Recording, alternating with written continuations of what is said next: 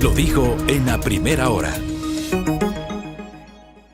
Muy bien, seguimos 7:44 en la mañana. Le agradezco la gentileza a Álvaro Guzmán de conectarse con nosotros. Él es consultor en seguridad vial y en movilidad. ¿Cómo le va, estimado Álvaro? Bienvenido, buen día.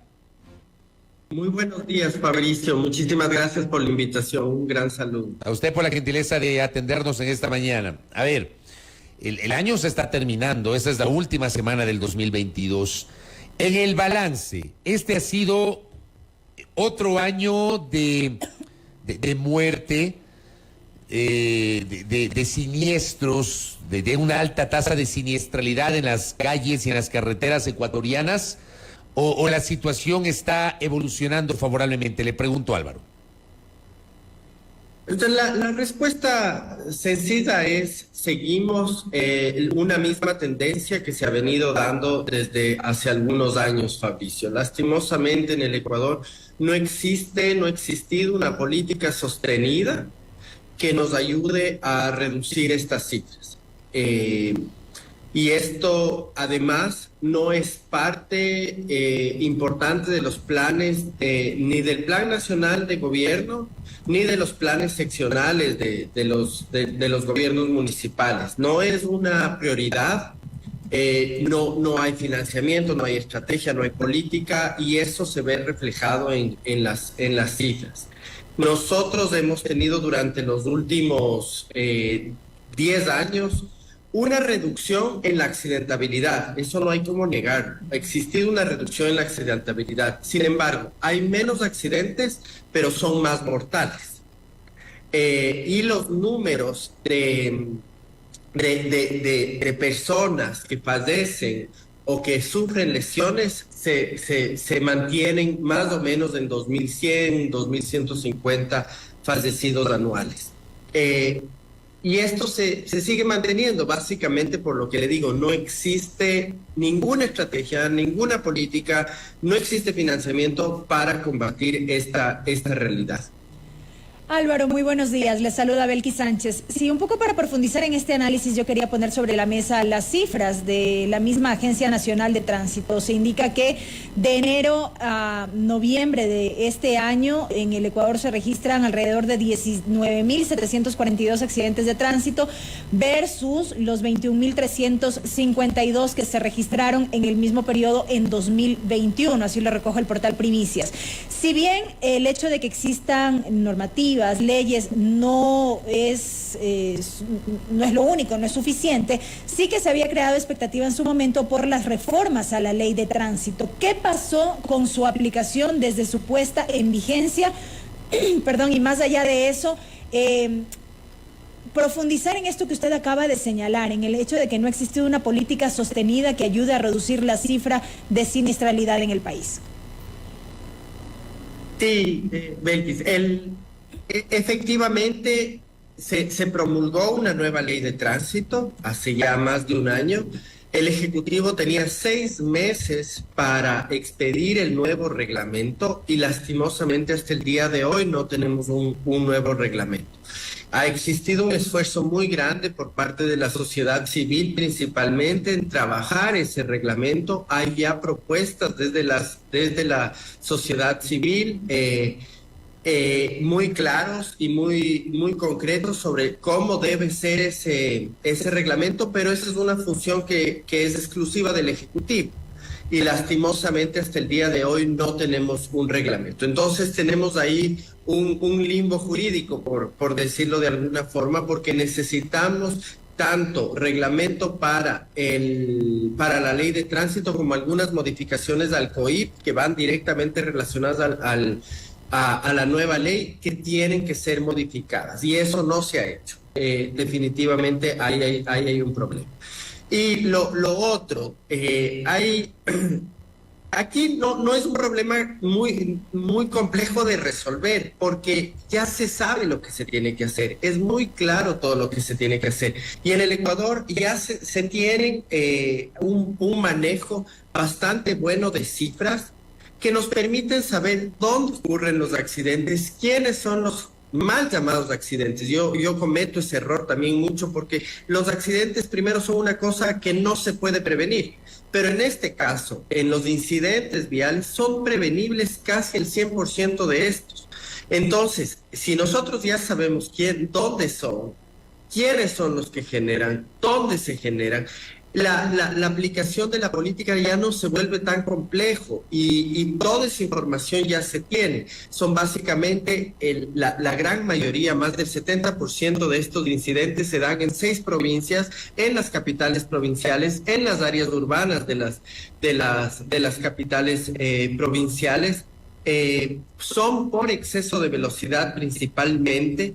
Entonces, si ya tenemos las causas, ya sabemos el principal contexto donde se generan los incidentes viales, es un tema de aplicación de política, una aplicación de estrategia, de efectivamente hacer lo que se debe hacer para reducir estos incidentes viales.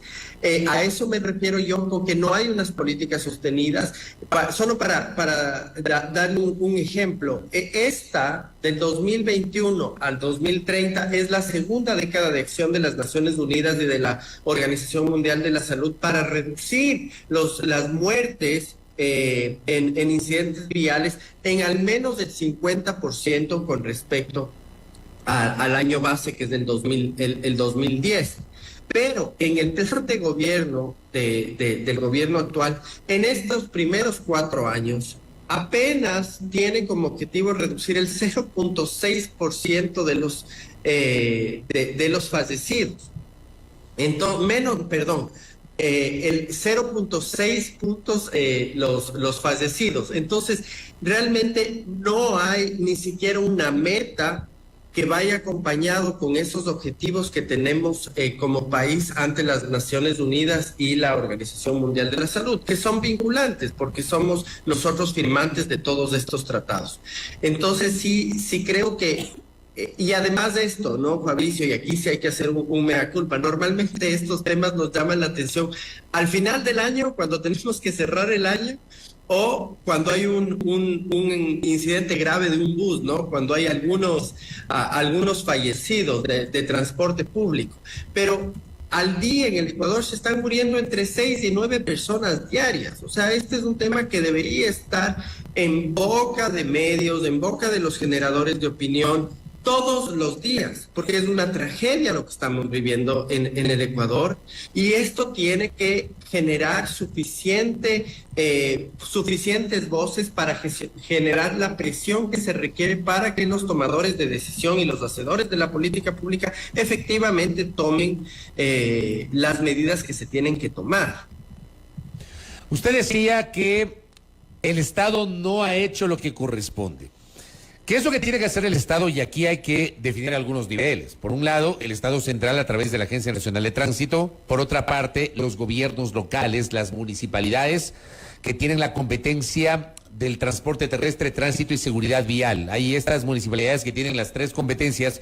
Yo no sé si todos los 221 municipios han asumido esas 3 competencias o solamente se circunscriben a los municipios más grandes y los más pequeños asumen una parte de esas competencias, Álvaro. No, ya todos los municipios, porque esto es un tema constitucional, ya todos los municipios tienen la competencia del tránsito. No las han asumido en 100%, pero ya tienen todas ellos, ya es responsabilidad de los municipios. Efectivamente, hay diferentes niveles, pero sí hay una responsabilidad superior por parte del gobierno nacional para asegurarse de que existan, primero, los marcos jurídicos adecuados. Eso es fundamental. La financiación por parte para esto, o sea, asegurarse de que efectivamente haya recursos financieros para poder combatir esto. Eso a partir del gobierno central. Ya los gobiernos locales lo que tienen que trabajar, y eso también está claramente identificado, es trabajar en el transporte multimodal, o sea, asegurarnos que la gente que camina, monta bicicleta y usa transporte público lo haga de una manera segura. tenemos que trabajar en infraestructura y esto se olvida, no es que se olvidan, pero se minimiza. Normalmente lo que queremos es que el usuario sea educado, ¿no es cierto? Que pase por el paso cebra, que respete el límite de velocidad, que sí, que hay que trabajar en eso, pero no nos podemos centrar simplemente en la educación, porque el ser humano va a cometer errores, queriendo o sin querer. Lo que tenemos que evitar es que cuando se cometa un error, no nos muramos o no matemos a nadie. Entonces es fundamental que la infraestructura sea diseñada de una manera segura. Luego lo de los vehículos, eso también es un tema que poco se habla, pero el Ecuador no es firmante de ninguno de los tratados que obliga para que los vehículos que ingresan al país sean 100% seguros. No hemos firmado el acuerdo del 58, el acuerdo del 97, el acuerdo del 86, que son ya temas que pueden parecer muy técnicos, pero básicamente el resumen es que los vehículos que ingresan al Ecuador no ingresan con las medidas de seguridad, con las características de seguridad que se requieren para que los vehículos sean 100% seguros. Y aquí me refiero, por ejemplo, medidas de seguridad pasiva. Ahora, todos los vehículos nuevos en Europa, en los Estados Unidos, ya vienen con detección de peatones. Entonces, si ven que alguien está cruzando la vía por un lugar donde no debe, los vehículos paran. Luego, el usuario, efectivamente, lo que les decía, trabajar en usuarios que se comporten de una mejor manera en la vía y tener la respuesta a los accidentes de tránsito. Esos son como que las 5 medidas más importantes que ha identificado la Organización Mundial de la Salud para reducir los accidentes de tránsito. Y eso se tiene que hacer a nivel cantonal. Le doy un ejemplo. En Quito ya tenemos identificado cuáles son los lugares donde se producen el 60% de los fallecidos, que son las vías rápidas.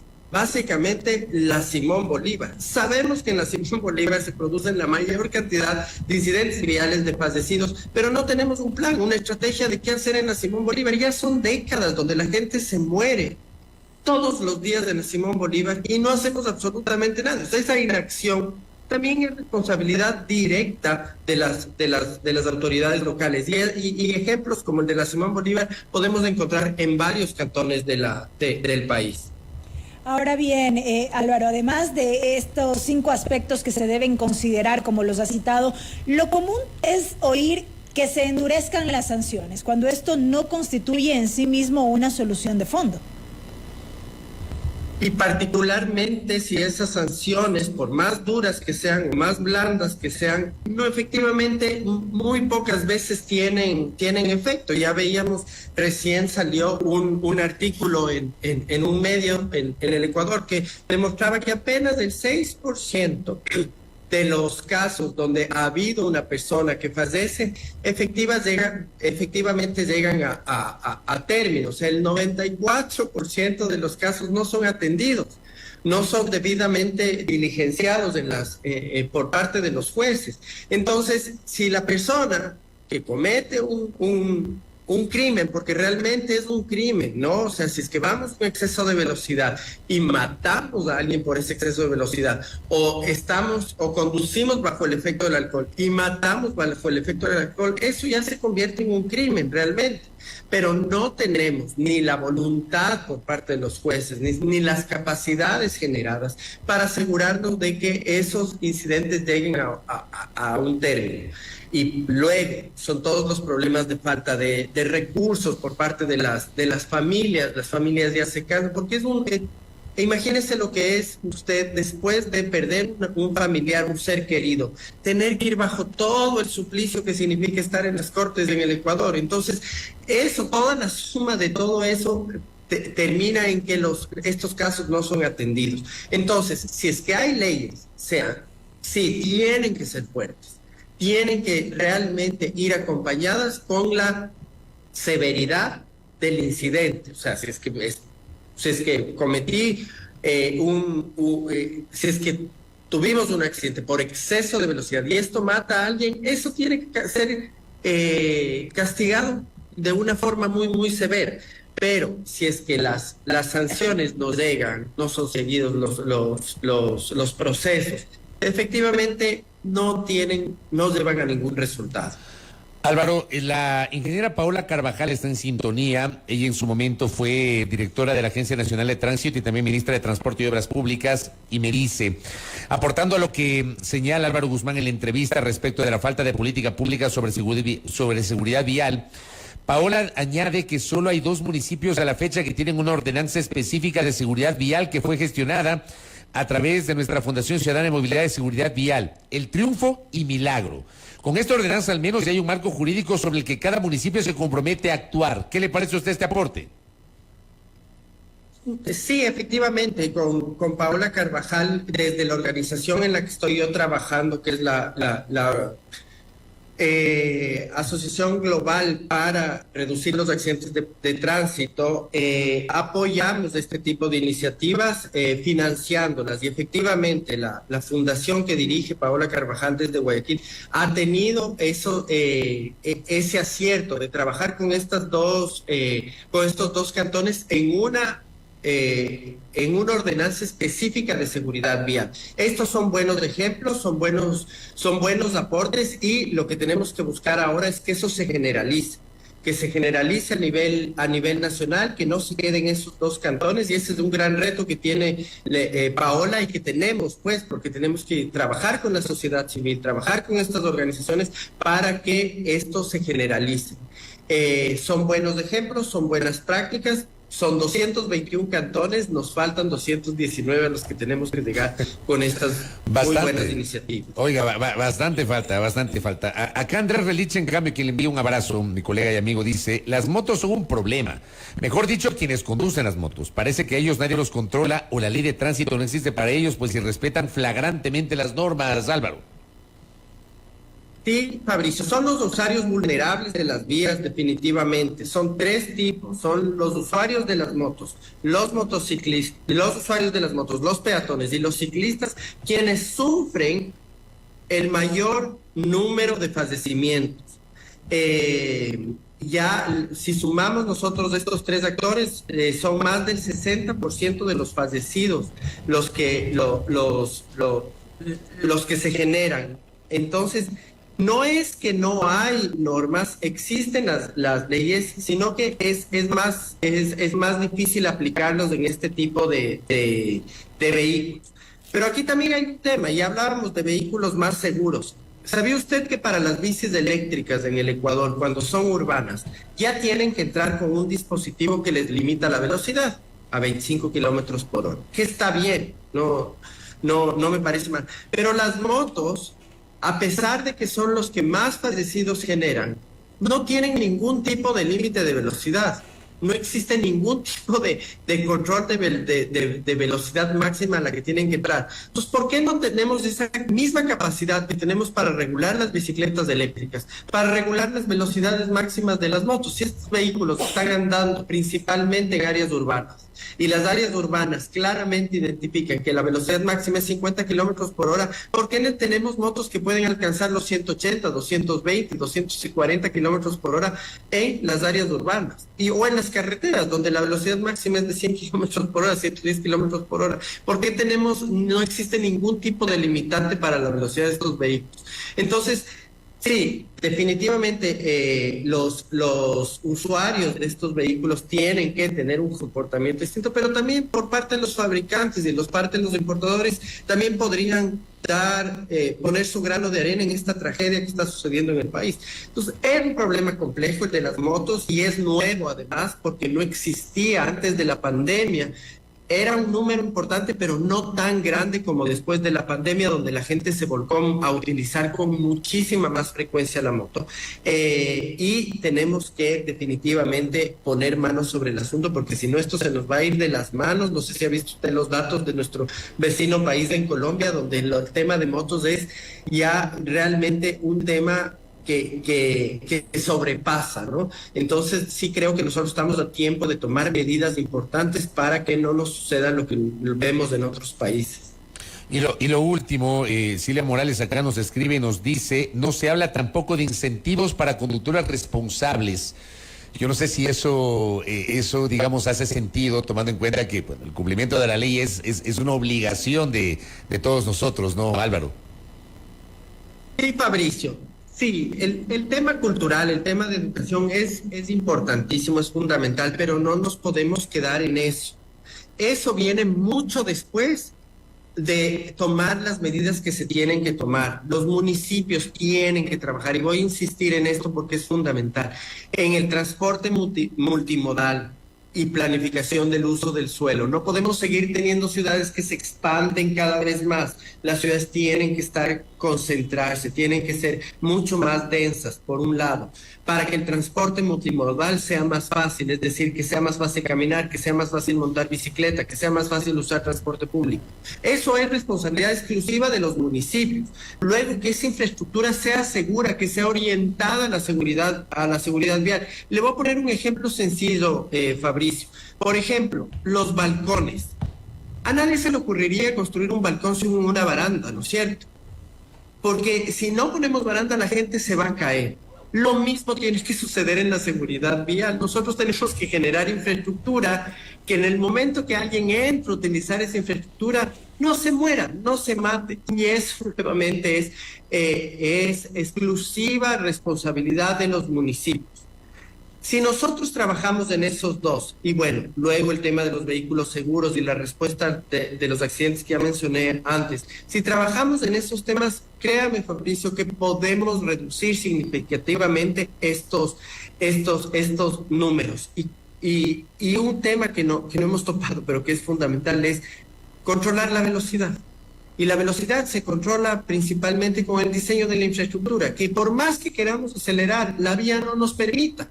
Porque si es que nosotros controlamos la velocidad, vamos a reducir significativamente los accidentes de tránsito. Y eso va de la mano con el tema de infraestructura vial segura. Correcto, siempre interesante conversar con usted, Álvaro, y obviamente compartir los aportes de nuestra audiencia y de otros especialistas también sobre los temas de la seguridad vial, del tránsito y del transporte terrestre. Muy amable y que tenga un buen 2023. Álvaro Guzmán, gracias.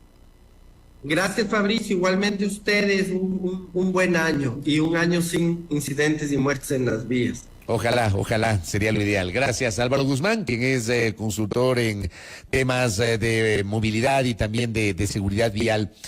Las cifras siguen siendo complejas, los niveles de siniestralidad siguen invitando a la reflexión en este país, que maneja unos niveles altísimos, de los más altos, no solamente de la región, sino del planeta entero, para reflexionar. Primera plana, todas las noticias, todas las voces.